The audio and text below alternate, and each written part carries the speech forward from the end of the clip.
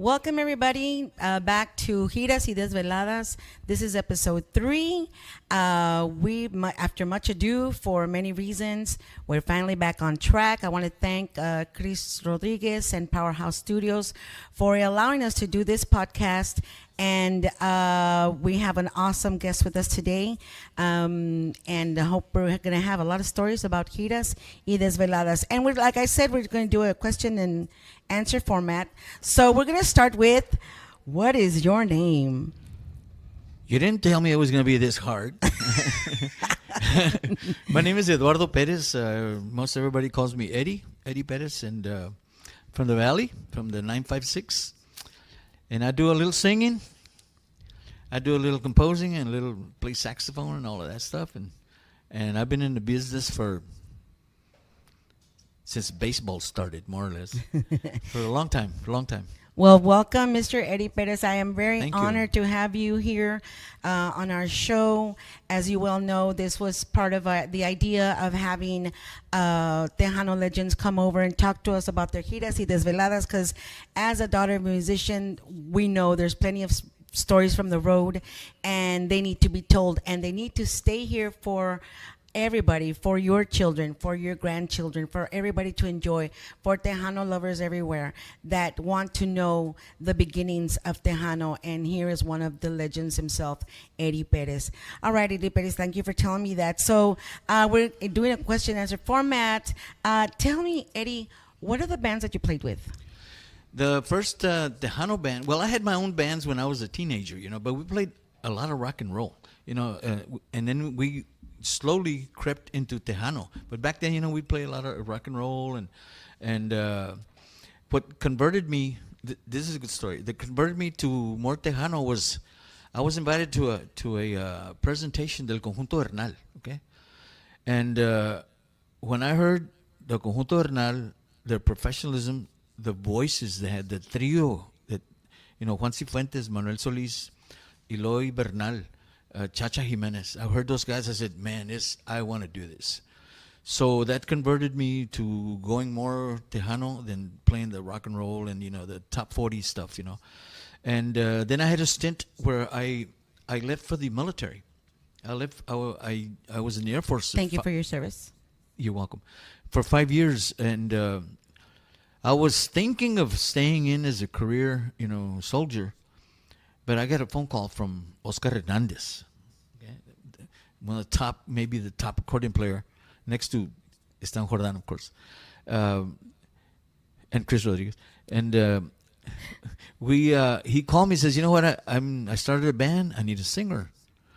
And I had about 2 months left to decide whether to stay in the military or not. So I said, you know what, I'm going to go home. Because I had 2 daughters by then. They didn't know very little Spanish, right? Muy poquito. So, and they didn't know their grandparents and their cousins and their tias and tios. So, you know what? I'm going to go back. So, we left the military and I joined Oscar Hernandez, Los Profesionales. I got home from the military on December 13th. And by the 17th, I was in Chicago already. And I was with Oscar about 2 years. So that was kind of my first Tejano band. And then I had an offer from Los Fabulosos Cuatro. Actually, the Chacha Jimenez was the singer for the Fabulosos right before me, and he was going to go on, I think, solo. So these guys were looking for a singer, so they asked if I would join up. And then with them, I had a chance to play saxophone because I played clarinet and saxophone, and I said, man, this is a good opportunity. So I joined the Fabulosos I was with them for about 8 years or so, and that a lot of giras and desveladas with that group. We were all over the nation, man. Wow, that's a great story. And multi-talented you are, Mr. Eddie Perez. That is so awesome. Thank you. Mm-hmm. So, what was your biggest hit? And I would like to mention right now, as a matter of fact, anybody out there who wants to know, he is also a songwriter. And can you tell us a little bit about that right now? I started writing songs in the 70s. I was inspired by Juan Cifuentes. I worked with Juan Cifuentes about 2 years. Great composer, and I would listen to him. And I would try to see what inspired him. And we had long talks when we were on giras, all over the nation también. And I said, what inspires you, man? And he says, life and death. And let me just pause right there. You mentioned that you were traveling all over the nation for the younger generation that's not aware. And at that time, which is also like my dad's time, when they were on giras, they were nationwide. We're not talking Yeah. about just the Valley or just Central Texas. It was all over the United States. It was a circuit. You know, we would start maybe a weekend in Texas and then hit New Mexico, Arizona, and then go California, and then we'd go to Washington State, and then travel across to Illinois, Chicago in the area, and then Ohio, and then we'd hit Florida, you know, and then back to Texas, you know. So there was a circuit, you know, and then before you know it, it's time to do it again, you know. So, you know, here you go, you know, we'd drive like to go to Chicago. We'd leave like on Wednesday morning and get over there like Friday noon, something like that, and you know, just it was a lot of work, you know, and we were surprised that there's so many Tejanos and so many people like our music, la Tejano, música tejana, you know, all over the nation. There still is, you know, there's Yes. a lot of festivals that, I mean, they get packed. But there was a circuit back then, you know, and I don't think it exists anymore the way it used to. All the big promoters back then, big salones, you know, I'm talking about halls that held a lot of people, you know. Yes. And one little note that I'd like to make, the difference between then and now, the public, back then, the PA systems were not very powerful, okay? Now they have these systems that penetrate, you know, through the walls. Back then we had the smaller speakers and small amplifiers and stuff like that. People would be real quiet. Oh, wow, I didn't know that. Yes, real quiet so they could hear the music. And everybody was very courteous and polite.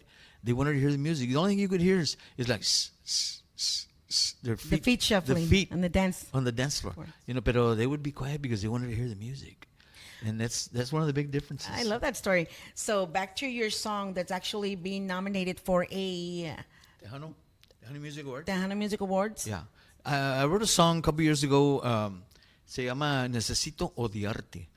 And about a year ago, Mr. J. Perez, the voice, the other voice, did you get it or not? Was looking for music, and I sent him a couple of songs, and he called me back, says, you know what, that song, Necesito Odiarte, is mine. Don't give it to anybody. So they worked up an arrangement on it. He recorded it back about a year ago. Más o menos, he called me and he says, I'm doing a whole CD, dijo, but this song, I'm going to put it out right now. So he put the song out in November of last year, and the CD didn't come out till around April or so, you know. But he put that song out, and it did very well. You know, they had a lot of airplay, you know, and he told me that he got the public, you know, they'd sing along with him and all of this stuff. At this point, the song is nominated for Song of the Year at the Tejano Music Awards, and that's going to be in October. So we'll see what happens. And as I understand, I believe he's being nominated for a Grammy. The album is being nominated That for a Grammy. CD, which actually has two of my songs on it, it was nominated for a Latin Grammy. The Grammys are going to be in Sevilla, Spain, this year in November, and you know, let's see what happens. Hopefully, it wins. You never know.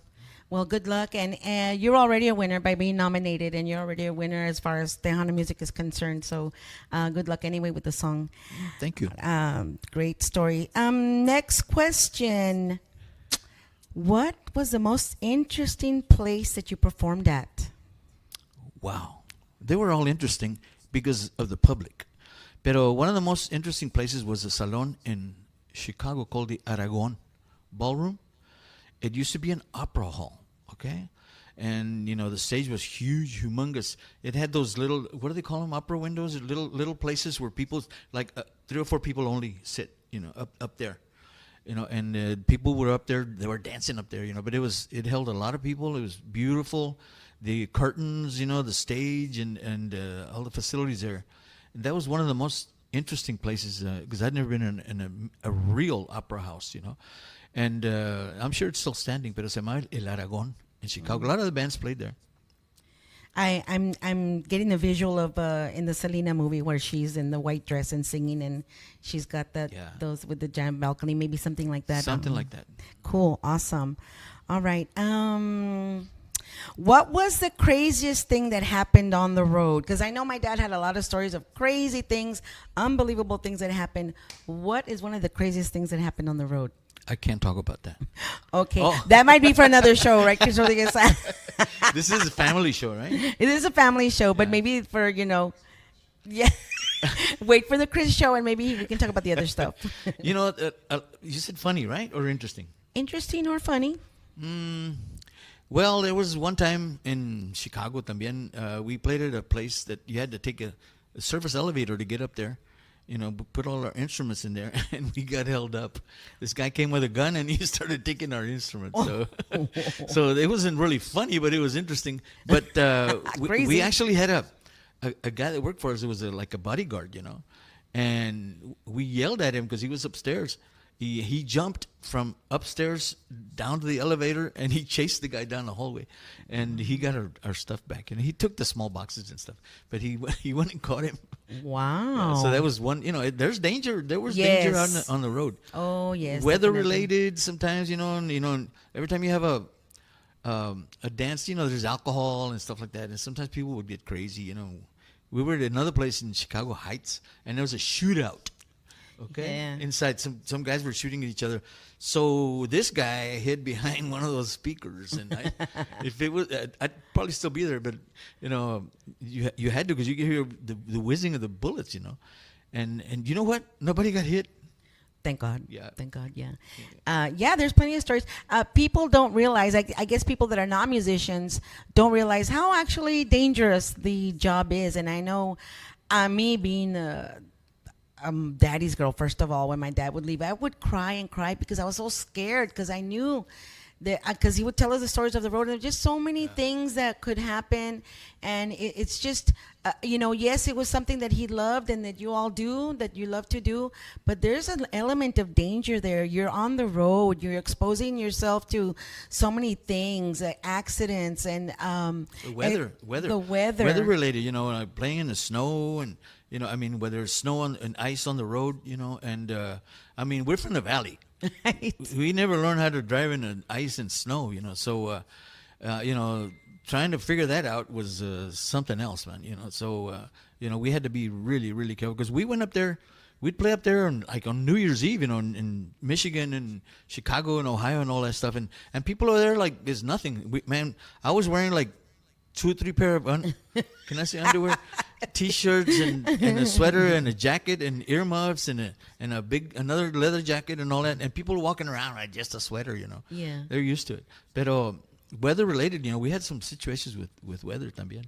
Yeah, I know my dad would talk about a breakdown that they had while it was snowing and they had to walk a few miles in the snow before they could get somewhere too. Yeah. So yeah, there's a lot of elements to that. I'm sure you've got plenty of stories about that as well.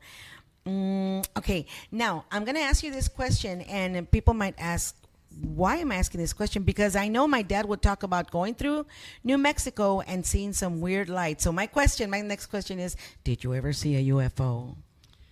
Did I ever see a UFO? No. Not that I remember. No.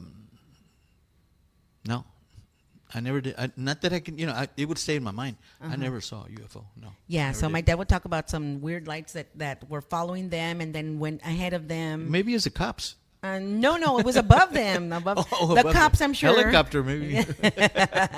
Yeah. So, all right. So that I know I'm sure there's plenty of other musicians out there that might have seen something because you're traveling so much. There's so many things you just encounter that are strange. All right. Were you ever involved in a car accident? On the road? Yes, actually, yes. In Missouri. Okay. We were pulling a trailer and there was ice on the road and the trailer followed the ice and pulled us that way, The good thing about it, we just went off the road though. We went in the lane coming the other way and everybody missed us, thank God. Oh. Pero, it could have been real bad, because we went into oncoming traffic. But we just happened to, nos ayudó Diosito, we didn't get hit, but we did swerve off the road, because of the ice back in Missouri. Yeah, and again, like you say, we're not used to driving around right. ice around here, so it's an experience. and something that maybe if you don't know. I remember my dad would say, like, if it starts sliding, put your tires towards the where the slide is going. Exactly. Yes. So yeah, that's one of those things that musicians have run into. Did you ever? Because I know we did, and I know you mentioned the gunfight, the gunshots, and the getting held up. Did you ever experience any violence or maybe miracles, something weird and strange that happened on the road that normally doesn't happen to other people? We played at several dances where people died. Natural causes. We had, one guy was dancing with his wife and he just collapsed, and he died right there. And then we had another one in California. The wife, the man was dancing with his lady, and the wife came up with a gun and shot. He should have shot her, but he shot the guy. And I mean, when you hear a gunshot, everybody starts running and stuff. And musicians, you don't have weapons up there. All you can do is hide behind whatever you can, until everything settles down. The only thing is, we got our butts out of there because we would have had to stay as witnesses. Okay. Oh yeah. So we just kind of walk out slowly, take your instruments, and put them in the truck and take off. That's all you can do. Yeah. So stay safe and not get involved. Yeah. I know my dad talked about running into some big rock and roll stars on the road, gassing up at a gas station and stuff like that. Did you ever run into some big giant star, like besides yourself? Probably, but didn't recognize them. But the only one I ran into and got to shake his hand was Muhammad Ali. Oh, yeah, see? I got to shake his hand, but other stars, they generally don't go to Tejano dances, but no, I don't remember. Also David Crosby. Oh, well, see, there you go. I remember David Crosby one time. There you go. Yeah, and that's about it that I remember. That you remember. And I know there's plenty of other stories that you have. Which we might not go into. That might be another show. Anything else you want to talk about or tell us about, Mr. Eddie Perez, before we go? And I really appreciate all your time. And maybe we can, set up another time to maybe get some more stories, because I know this is a more formal setting, but that's, just a answering question type.